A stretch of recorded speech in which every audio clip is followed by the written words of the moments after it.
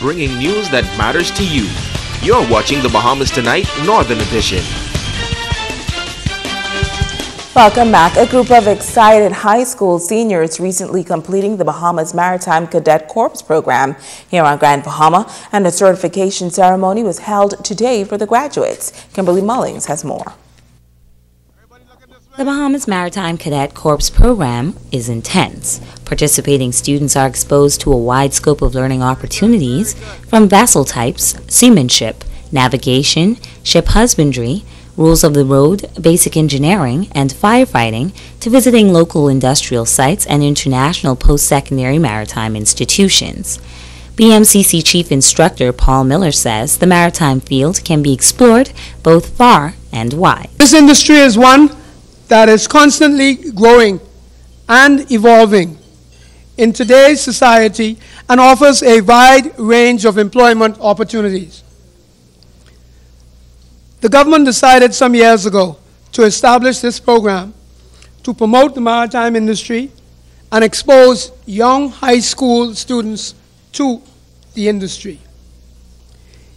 Each and every one of you have the potential to be successful in the future. Keynote speaker, veteran educator Hezekiah Dean admonished the students to continue learning. Do not be content to be smugly satisfied at this time, thinking that you have finished. You finished this program, but you've only just begun. What you learned so far is only a beginning. There is very much more. Special awards were given to Rima Nesbitt and Allison Russell. Island instructor Clayton Curtis presented the Cadet of the Year award. When it comes to delivering quality work, leadership ability, and devout interest in the program, this name comes to mind every year.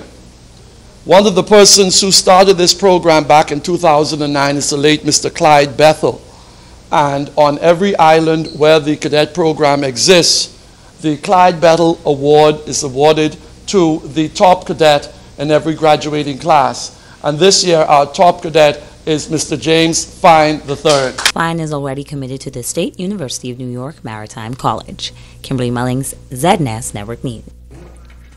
Well, a local primary school honoring the dedicated men and women responsible for molding and shaping the lives of our island's youth. A special assembly was held this morning at the Walter Parker Primary School to pay tribute to some outstanding nation builders. Italia Hall has more.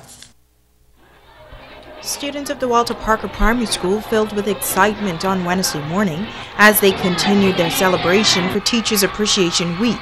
School Principal Jacqueline Pinder says teachers at that leading primary institution have gone above and beyond the call of duty to ensure that students are afforded the best education possible. We are a school of choice, a school of excellence, and I believe that it's only fitting that we set aside a time to say to our teachers, we love you, we appreciate you, and thank you for all the hard work that you've done throughout the years. Educator Cassandra Williams was selected as the Teacher of the Year. She says she's grateful for the honor. It's something that you don't really think you're going to get. So when your colleagues select you as their Teacher of the Year, it's a very rewarding and a very humbling experience. It is extremely stressful.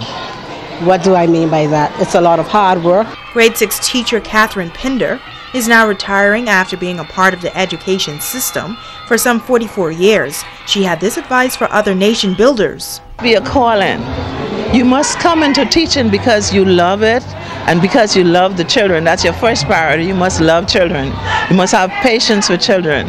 And over the years, you know how I treated the children as my own children.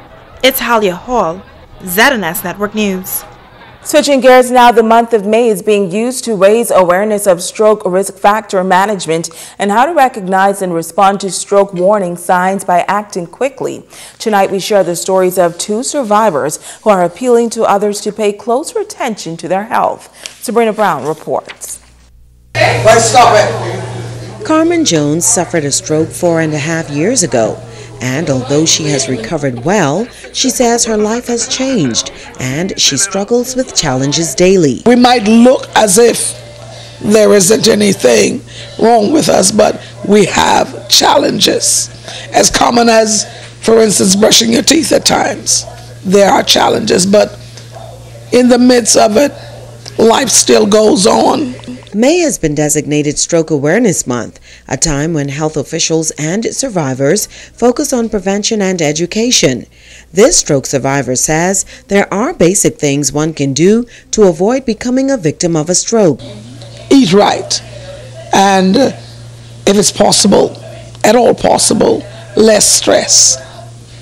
Less stress. There's a familiar saying that stress kills.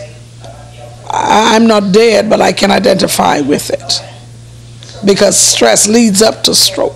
Pastor of Mount Zion Baptist Church, Reverend Lindy Russell, is a 2-year stroke survivor. He says hypertension led to his illness after he had challenges accessing the medication prescribed. The drug was, I guess it was a new drug. I needed it because I was stopping my pressure work, but it was expensive and I could hardly find it. So if the hospital didn't have no other pharmacy, it was too expensive to carry it. It was no generic drug. So so I go in the hospital, I explained my problem to them. I was too young to get on the drug program. And so I told them what my situation was. Unfortunately, I guess they were trying to do something, but so I just, after I could find it, expecting to get it, I started taking it. The prominent religious leader says he's grateful he didn't have any major effects as a result of the stroke. In addition to lifestyle changes, Reverend Russell believes moral support can play a vital role in one's recovery. You need support, people who really need support, family, friends, church people, and I thank God I had all that. And so, and the therapy, yes. Sabrina Brown, ZNS Network News. Thank you, Sabrina. And now it is time to Ask the Doctor.